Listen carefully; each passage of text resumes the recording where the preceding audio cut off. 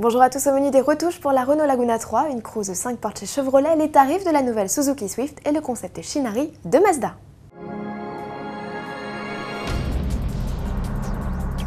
Pas de long communiqué chez Renault pour annoncer la Laguna 3 phase 2, c'est sous forme de bref que le constructeur communique, autant vous dire que les infos sont plutôt maigres.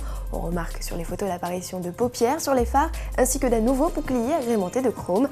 Les motorisations sont inchangées, petite subtilité toutefois, le DCI 110 voit ses émissions de CO2 chuter de 130 à 120 grammes par kilomètre. Pour ce qui est de l'équipement, le châssis 4 roues directrices est toujours au programme, un système audio Bose fait son entrée et les versions initiales pourront profiter d'un TomTom avec Infotraffic Live gratuitement pendant 1 an. Et l'autre surprise du jour, c'est l'arrivée d'une version à haillons de la Cruze. Jusqu'alors, la berline Chevrolet n'était proposée qu'avec une malle. Cette nouveauté entraîne de profondes transformations à l'arrière à l'image de la ligne de pavillon, désormais plus proche d'un coupé ou du gabarit plus ramassé. Elle perd une vingtaine de centimètres.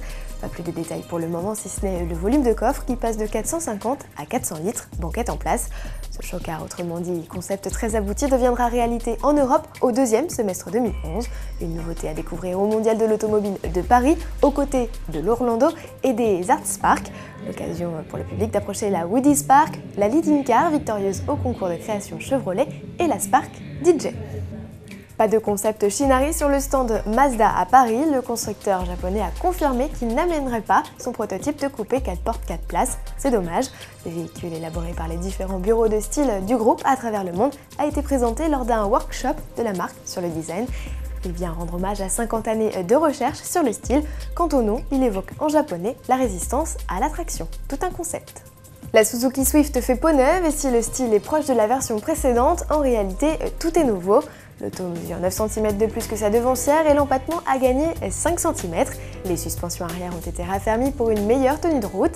La direction est plus précise, le freinage a été renforcé et la coque allégée. Sous le capot, le 1,3 litre diesel de 75 chevaux est plus sobre, mais la principale nouveauté, c'est l'arrivée d'un 1,2 litre essence de 94 chevaux.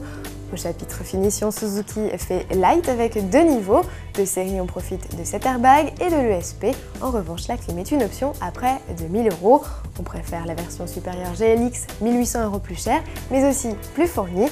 Elle reçoit une clim régulée, des phares automatiques et un régulateur de vitesse. Premier prix 11 640 € en essence et 13 340 € pour le diesel. Les versions 5 portes sont facturées 600 € de plus. Bon week-end et à lundi.